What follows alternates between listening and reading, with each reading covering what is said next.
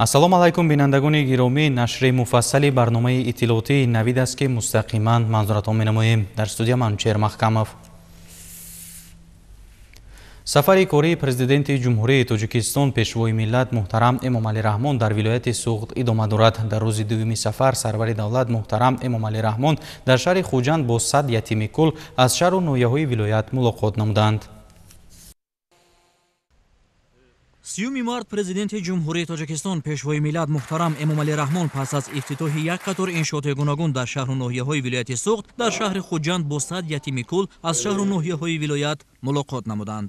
мулоқоти сарвари давлат бо нафарони бо амри тақдир аз падару модар маҳрум монда дар меҳвари таваҷҷӯҳ ва пуштибонӣ қарор доштани ятимону ниёзмандон аз ҷониби давлату ҳукуматро бозгӯ мекунад. муҳтарам пешвои миллат, мо ятимони кул ки бо амри тақдир аз падару модар маҳрум мондаем, худро ҳеҷ гоҳ танҳо ҳис намекунем. ғамхориҳои ҳамешагии падаронаи шумо ҷаноби олӣ моро ба ояндаи нек умедвор месозад. таманнои он мекунем ки умратон дароз ва ҳамеша соябони сари моён бошед. шумо падари миллат ҳастед. мо бо шумо ифтихор мекунем. мо зери пару боли шумо ҳамеша дар парвозем. зимни суҳбат пешвои миллат муҳтарам Эмомалӣ Раҳмон ҷашни Наврӯзро ба ятимон таҳният гуфта таъкид доштанд ки ҳукумати ҷумҳурии Тоҷикистон барои таъмини шароити хуби зиндагии онҳо пайваста чораҳои муассир меандешад. ғайри барномаҳои таълимӣ дар вақтҳои холӣ асарҳои бадиӣ хонед, китоб хонед.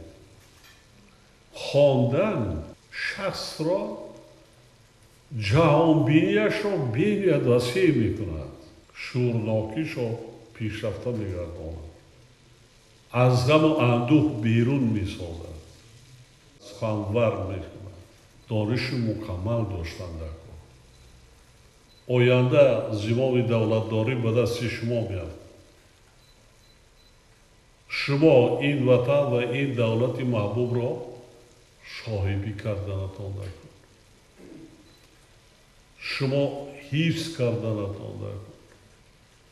шумо бунёд карданатон дар кор.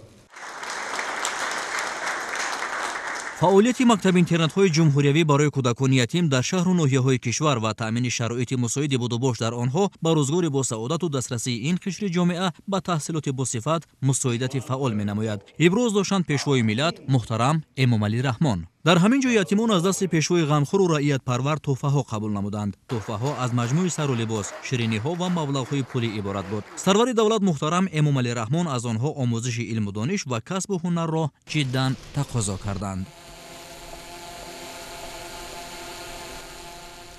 дар идомаи сафари корӣ дар шаҳри Хуҷанд президенти ҷумҳурии Тоҷикистон пешвои миллат муҳтарам Эмомалӣ Раҳмон дар маҳаллаи ваҳдати шаҳри Хуҷанд ба фаъолияти муассисаи таҳсилоти томактабии Навбаҳор оғоз бахшиданд.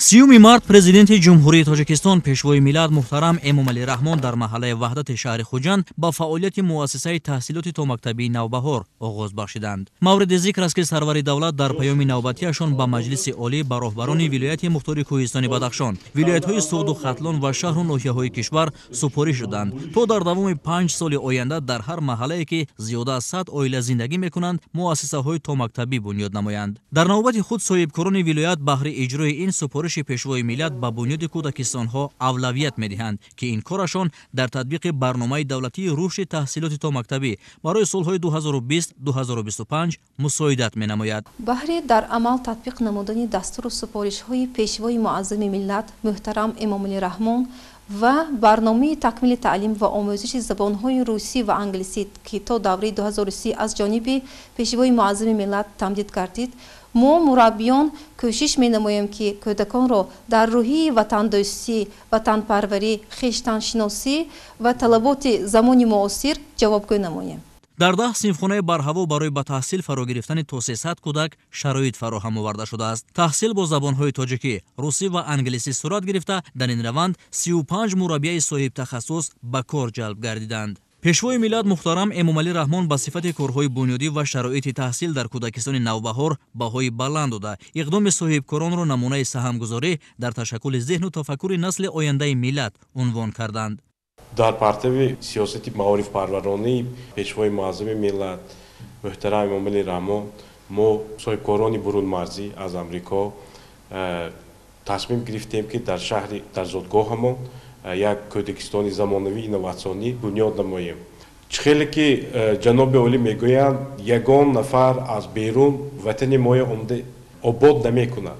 мо ҳар як шаҳрвандони ҷумҳурии Тоҷикистон куҷо набошем имрӯз бояд ба ватани худ сармоягузорӣ кунем, ҷойи корӣ ташкил кунем то ки ватани моям пеш равад. ба таъкиди сарвари давлат, таҳсилоти томактабӣ марҳилаи муҳими ташаккули қобилияти зеҳнӣ ва заминаи мусоиди забономӯзии наврасон маҳсуб меёбад. аз ин лиҳоз тарбияи кӯдакон дар рӯҳияи худшиносии миллӣ ва ҷалби таваҷҷӯҳи онҳо ба омӯзиши илмҳои муосир аз ҳайати кормандон ҷиддан тақозо гардид.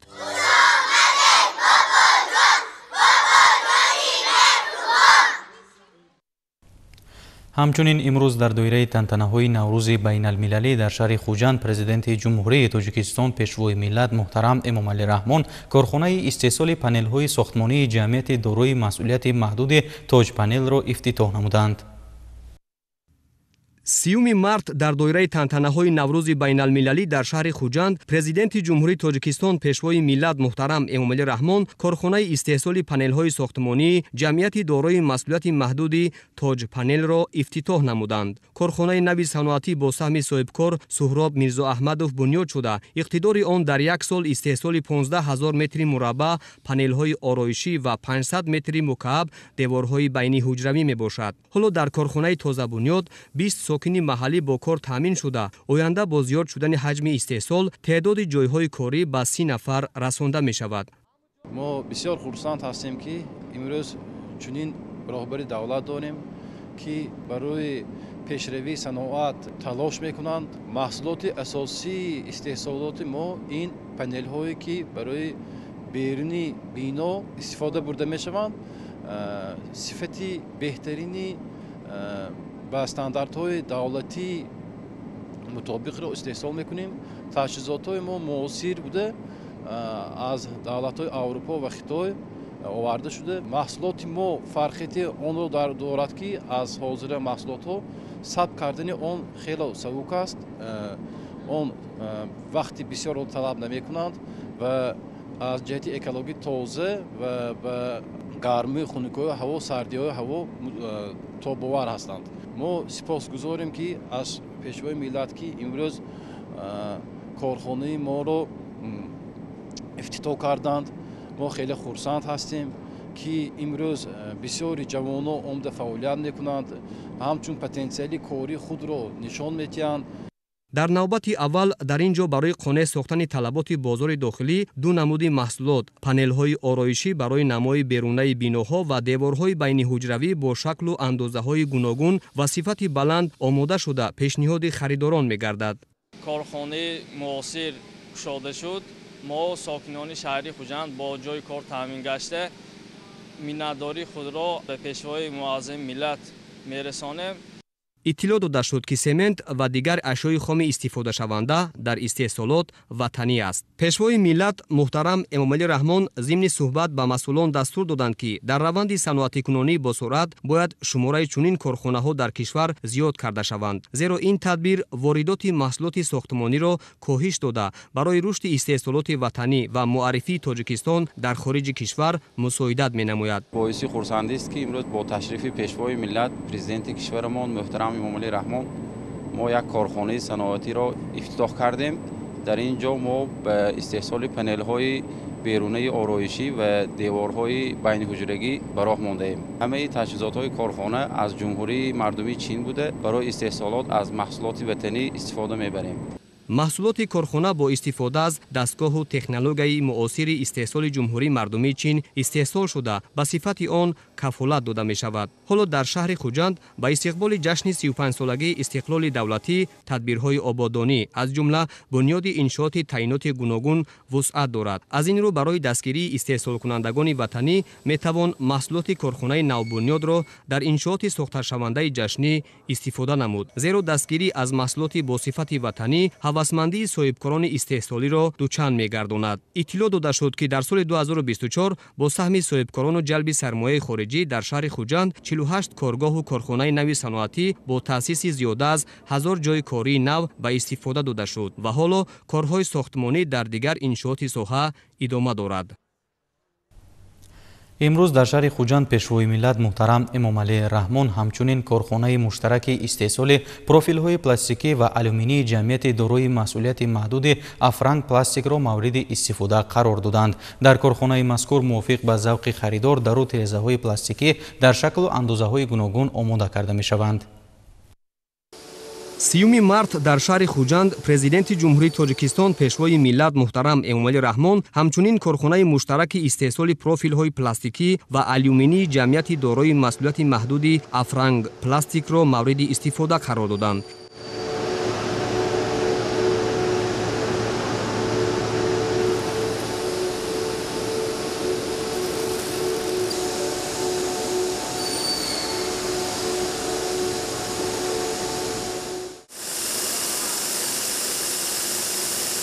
иттилоъ дода шуд ки корхонаи истеҳсоли профилҳои пластикӣ ва алюминии ҷамъияти дорои масъулияти маҳдуди Афранг пластик дар минтақаи озоди иқтисодии Суғд аз ҷониби соҳибкори ватанӣ Тоҳир Олимӣ бо ҷалби сармояи дохиливу хориҷӣ сохта шудааст. корхона бо навтарин дастгоҳу технологияи истеҳсоли кишварҳои Олмон, Кореяи Ҷанубӣ ва Чин муҷаҳҳаз гардонида шуда, маҳсулоти рақобатпазири ба содирот нигаронидашуда истеҳсол менамояд. дар ин ҷо мувофиқ ба завқи харидор дару тирезаҳои пластикӣ дар шаклу андозаҳои гуногун омода шуда пешниҳод мегардад.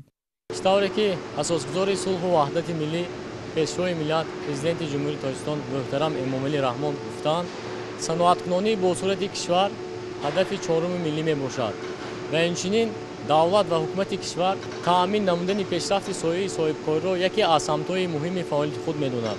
дар асоси ин суханҳо ва бо дастгирӣ ёфтани соҳибкори ватанамон Олимӣ Тоҳир аз тарафи президенти кишварамон муҳтарам Эмомалӣ Раҳмон имрӯз корхонаи нави истеҳсоли профилҳои пластикии Афранг пластик ба истифода дода шуда боиси хушнудист ки 100 нафар бо ҷои кори доимӣ таъмин гардиданд ва аксари кормандонро ҷавонон ташкил медиҳанд. бо ҷои кори доимӣ таъмин гардидани ҷавонон ва ба истифода дода шудани корхонаи нав имконияти онро медиҳад ки ҷавонон дар кишвари азизи хеш фаъолият карда зиндагии хуби худро фароҳам меоранд. мо кормандони ширкати Афранг пластик сипосмандии беандозаи худро ба президенти ғамхорамон муҳтарам Эмомалӣ Раҳмон мерасонем ва ваъда медиҳем ки баҳри пешрафти Тоҷикистони азизамон саҳмгузор хоҳем буд. иттилоъ дода шуд ки ин корхона калонтарин иншооти соҳа дар минтақаи озоди иқтисодии Суғд буда 70-80% маҳсулот ба хориҷи кишвар содирот мегардад. корҳои сохтмонӣ дар иншооти навсохт қариб 3 сол идома ёфта дар ин муддат зиёда аз 100 нафар сокини маҳаллӣ ба кор ҷалб шудаанд. корхона дар як сол имкон дорад то 6000 тонна маҳсулоти пластикӣ омода намояд. ин иқтидор баъд аз 3 соли фаъолият солона ба 8000 тонна ва шумораи коргарон ба 150 нафар расонда мешавад. ҳоло дар корхонаи мазкур 100 коргар маҳсулоти тайёри пластикӣ ва алюминиро мутобиқ ба талаботи стандарти аврупоӣ истеҳсол менамоянд. хеле хушнуд ҳастам ки қисми коллективи ширкати Афранг пластик мебошанд. маҳсулоти истеҳсол мекардагии мо бо масоли аз давлатҳои мутараққии Олмон ва Кореяи Ҷанубӣ харидорӣ карда шуда истеҳсол мешаванд ва ба талаботи аврупоӣ ҷавобгӯ мебошанд. барои ҳамин маҳсулоти истеҳсол мекардагии мо бо сифати баланд ба мизоҷон пешкаш карда мешавад. барои фазои озод, барои кор ва фаъолият бурдан дар чунин заводҳои пешрафта миннатдори худро ба ҳукумат, соҳибкороне ки чунин шароит барои мо коргарон фароҳам карданд, миннатдори худро аз номи ҳамаи коллективи сехи худомо ва завод баён мекунам. ман корманди истеҳсоли профилҳои пластикӣ ширкати Афранг пластик дар шаҳри Хуҷанд мебошам. бо дастгирии пешвои муаззими миллат чунин ширкатҳои беҳтарин ба монанди ширкати мо Афранг пластик дар ҷумҳурии Тоҷикистон зиёд шуда истодаанд. раҳмат барои дастгирии пешвои муаззими миллат ки дар қаламрӯи ҷумҳурии Тоҷикистон чунин корхонаҳо зиёд шуда истодаанд ки мо ҷавонҳо бо ҷои кори доимӣ таъмин шуда истодаем. роҳбари давлат муҳтарам Эмомалӣ Раҳмон зимни шиносоии иқдоми соҳибкори ватаниро дар самти ба роҳ мондани истеҳсоли маҳсулоти рақобатпазир ва таъмини сокинон бо кор муҳим арзёбӣ намуданд. иттилоъ дода шуд ки дар шаҳри Хуҷанд ба рушди саноат ҳамчун соҳаи афзалиятноки иқтисодиёт таваҷҷӯҳи махсус зоҳир гардида корхонаҳои муосир бунёд ва сатҳи иҷтимоии аҳолӣ беҳтару хубтар гардонида мешавад. танҳо дар 3 моҳи аввали соли 2025 дар шаҳри Хуҷанд 9 коргоҳу корхонаи нав сохта ба истифода дода шуд ки ин мисоли равшани рушди соҳа дар ин гӯшаи диёр мебошад. сафари кории пешвои миллат муҳтарам Эмомалӣ Раҳмон ба шаҳру ноҳияҳои вилояти Суғд дар рӯзи дуюм инчунин дар ноҳияи Бобоҷон Ғафуров идома ёфт. Нахуст сарвари давлат муҳтарам Эмомалӣ Раҳмон дар деҳаи Шамсободи ин ноҳия бинои муассисаи таҳсилоти томактабии Ширхоргоҳ кӯдакистони Наврӯзро баъд аз навсозӣ мавриди истифода қарор доданд. 30 март дар идомаи сафари корӣ ба шаҳру ноҳияҳои вилояти Суғд президенти ҷумҳурии Тоҷикистон пешвои миллат муҳтарам Эмомалӣ Раҳмон дар деҳаи Шамсободи ҷамоати деҳоти Исмоили ноҳияи Бобоҷон Ғафуров бинои муассисаи таҳсилоти томактабии Ширхоргоҳ кӯдакистони Наврӯзро баъд аз навсозӣ мавриди истифода қарор доданд. иншооти мазкур дар асоси дастуру супоришҳои сарвари давлат муҳтарам Эмомалӣ Раҳмон ки зимни ироаи паёми солона ба Маҷлиси олӣ ба роҳбарони вилоят ва шаҳру ноҳияҳо дар хусуси бунёду барқарорсозии муассисаҳои томактабӣ баён гардида буд, таҷдид шуда аз зумраи бандҳои нақша чорабиниҳои ҷашнӣ ба истиқболи 35-солагии истиқлоли давлатӣ низ мебошад. муассисаи таҳсилоти томактабии Наврӯз аз ҳисоби маблағҳои мақомоти иҷроияи ҳокимияти давлатии ноҳияи Бобоҷон Ғафуров барои 200 кӯдак бо 35 ҷойи корӣ барқарор карда шуд. дар ин муассисаи томактабӣ 7 гурӯҳи таълимӣ амал намуда раванди таҳсил бо 2 забон тоҷикӣ ва русӣ ба роҳ монда шудааст. иншоот аз 2 ошиёна иборат буда толори мусиқӣ, ошхона, ҳуҷраҳои хоб, симхонаҳои таълимӣ аз шумули имкониятҳоест ки дар кӯдакистон фароҳам оварда шудааст.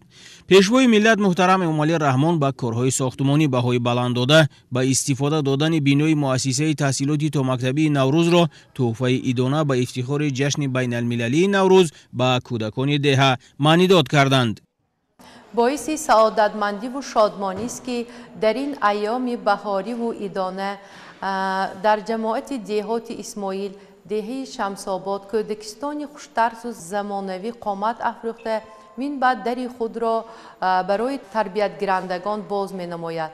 бо ифтитоҳи бинои мазкур ки муҷаҳҳаз ба тамоми шароиту имкониятҳо барои 200 нафар дастуроякон ба тарбия фарогир шудааст. мо ба асосгузори сулҳу ваҳдати миллӣ пешвои миллат муҳтарам Эмомалӣ Раҳмон барои таваҷҷӯҳу дастгириашон дар самти маориф сипоси кулли маорифчиёни ноҳияи овоздадори Бобоҷон Ғафуровро мерасонем.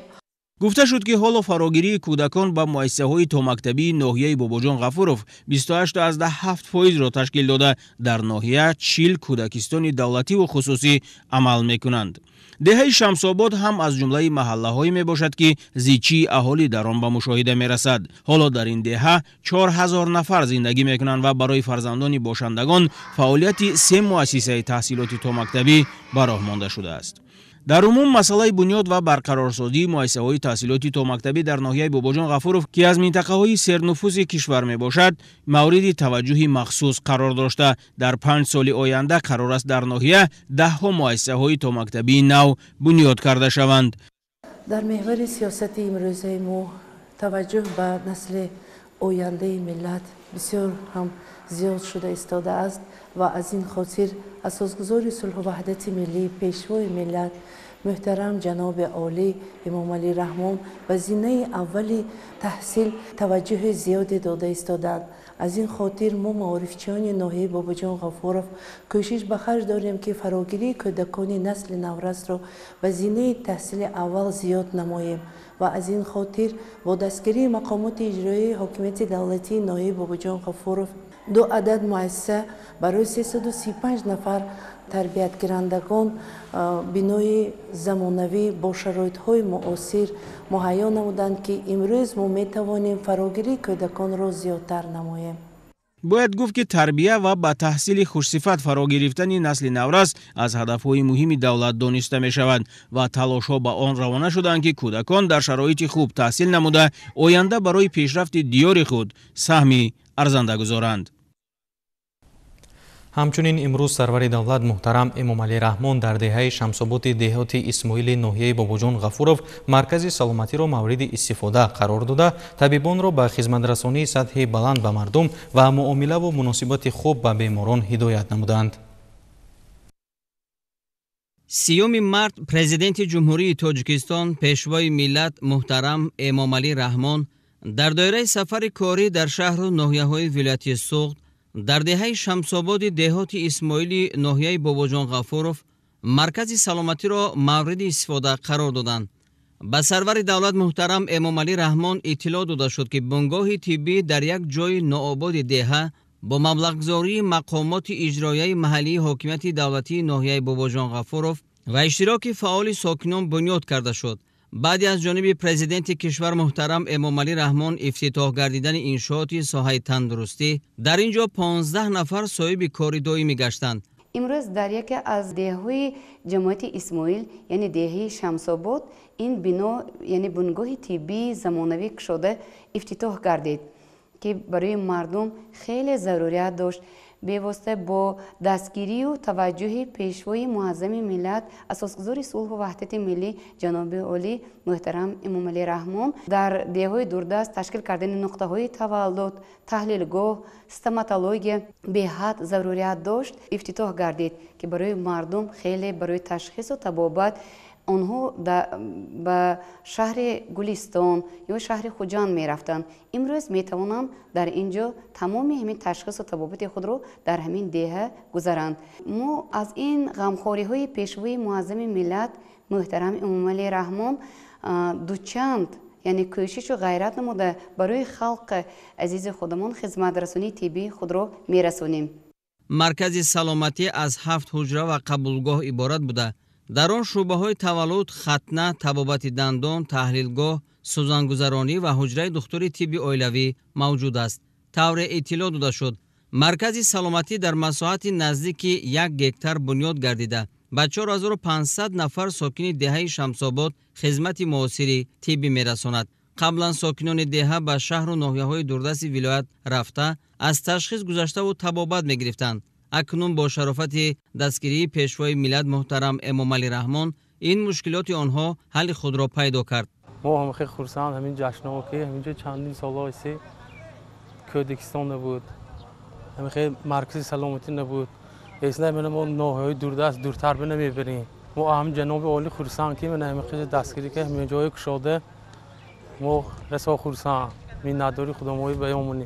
رهبر دولت محترم امام علی رحمان بعد شناسایی با شرایط خدمترسانی در بنگاه سلامتی طبیبان را به خدمترسانی سطح بلند به مردم و معامله و مناسبت خوب به بیماران هدایت نمودند.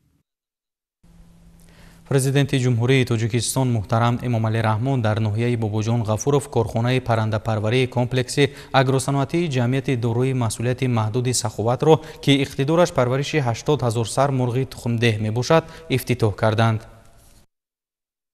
30 مارت پرزیدنت جمهوری تاجیکستان پیشوای ملت محترم امام علی رحمان در ناحیه باباجان غفوروف کارخانه پرنده پروری کمپلکس اگروصنعتی جمعیت دارای مسئولیت محدود سخاوت را افتتاح کردند. کارخانه پرنده پروری جمعیت دارای مسئولیت محدود سخاوت به خاطر سهمگذاری در تامین امنیت آذوقه‌واری کشور جهت استقبال شایسته جشن 35 سالگی استقلال دولتی جمهوری تاجیکستان از طرف صاحبکار حلیمبای کریموف تأسیس داده شده است.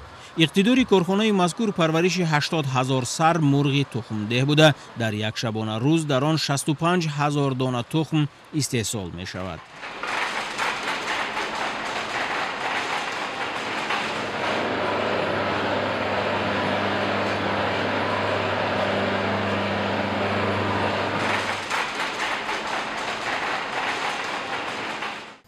بحری سهم گذاشتن در عملی گشتن یکی از هدفهای سیاست کشور عزیزمان تأمین امنیت آذوقه‌واری اهالی با استفاده از دستگیری و امتیازهای دولتی طول 2 سال این انشاءات را ساخته به استفاده دادیم.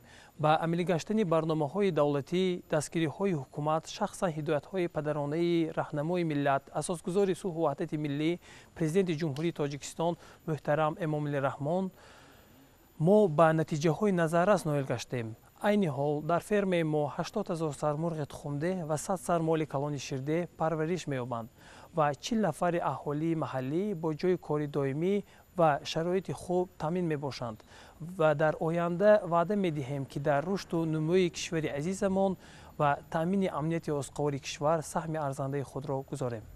ظرفیت استحصالی در این کارخانه استوار بوده. قرار است در آینده نگاهبین 130,000 مرغ تخمده به راه مانده شده در یک شبانه روز 110,000 دانه تخم به دست آورده شود. пешвои миллат муҳтарам эмомалӣ раҳмон аснои шиносоӣ ба иқдоми соҳибкор ҷиҳати таъсиси корхонаи паррандапарварӣ баҳои баланд дода ба масъулон дастур доданд ки бобати рушди бештари соҳа имкониятҳои мавҷудаи истеҳсолиро васеъ истифода намуда ҳамаи зинаҳои паррандапарвариро дар истеҳсолот дурусту мақсаднок ба роҳ андозанд.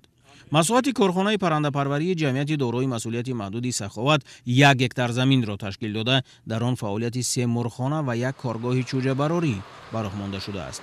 аҳли заҳмати корхона ба парвариши мурғҳои хушкзод бо назардошти ба иқлими маҳал ва ба бемориҳои гуногун мутобиқ буданашон бартарӣ медиҳанд. зимнан дар ҳудуди фабрика коргоҳи истеҳсоли хӯроки омехтаи парранда низ фаъолият дорад ки ба коркарди ашёи хом машғул мебошад. дар фабрикаи паррандапарварии ҷамъияти дорои масъулияти маҳдуди саховат 25 сокини маҳаллӣ бо кор ва маоши хуб таъмин шудаанд. дар доираи корҳои сабзу хуррамгардонии муҳити атроф дар ҳудуди комплекси агросаноатӣ дар масоҳати муайян гармхонаҳо ташкил гардида дар онҳо парвариши гулҳои мавсимӣ васеъ ба роҳ монда шудааст. дар онҳо 15 нафар асосан занон бо кор таъмин шудаанд. сарвари давлат муҳтарам эмомалӣ раҳмон зимни шиносоӣ бо рафти истеҳсолот тавсия доданд ки масоҳати гармхонаҳо на танҳо барои гулпарварӣ балки ҷиҳати парвариши дигар намуди маҳсулот васеъ истифода карда шавад.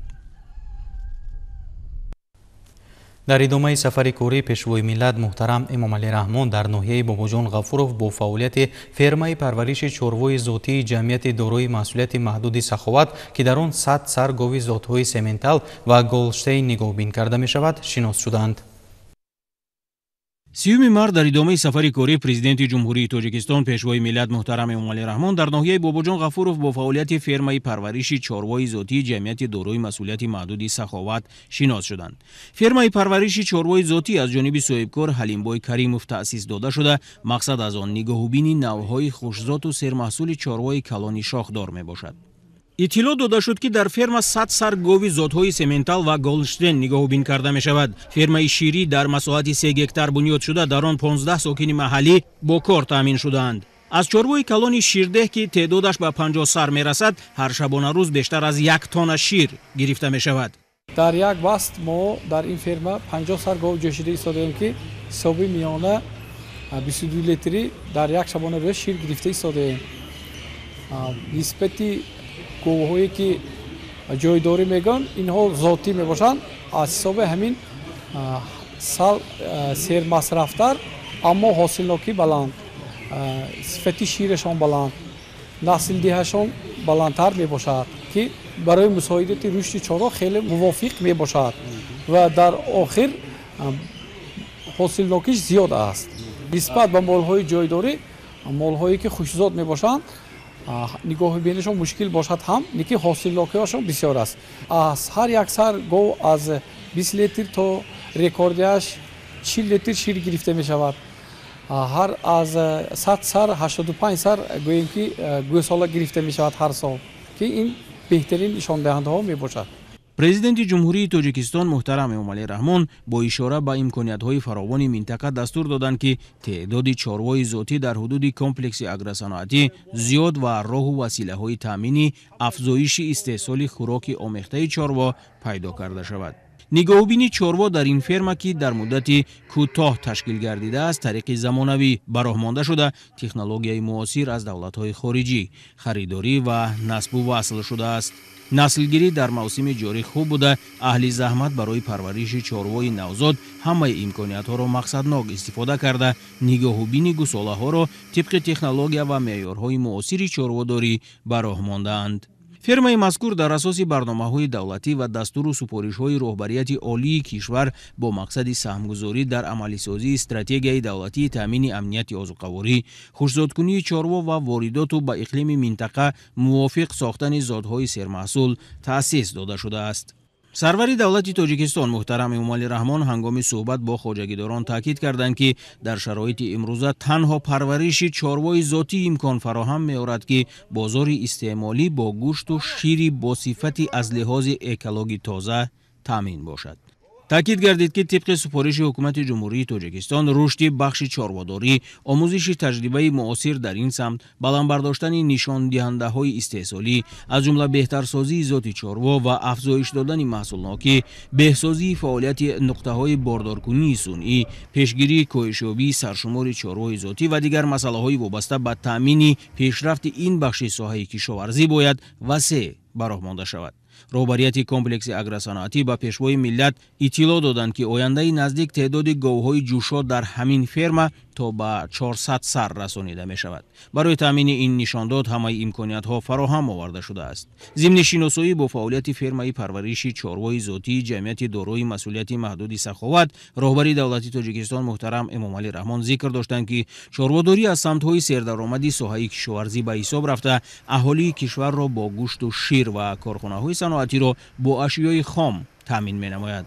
аз ин хотир ҳукумати кишвар ба рушди он таваҷҷӯҳи зарурӣ зоҳир намуда, барои зиёд кардани саршумори чорво аз тамоми имкониятҳои мавҷуда самаранок истифода бурданро тақозо менамояд.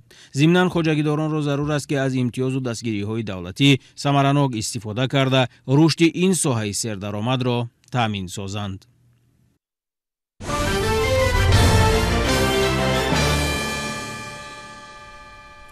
бинандагони гиромӣ, ин буд барномаи иттилоотии навид ки мустақиман манзуратон омдем. бароятон истироҳати хуш таманно дорем. хайр, саломат бошед.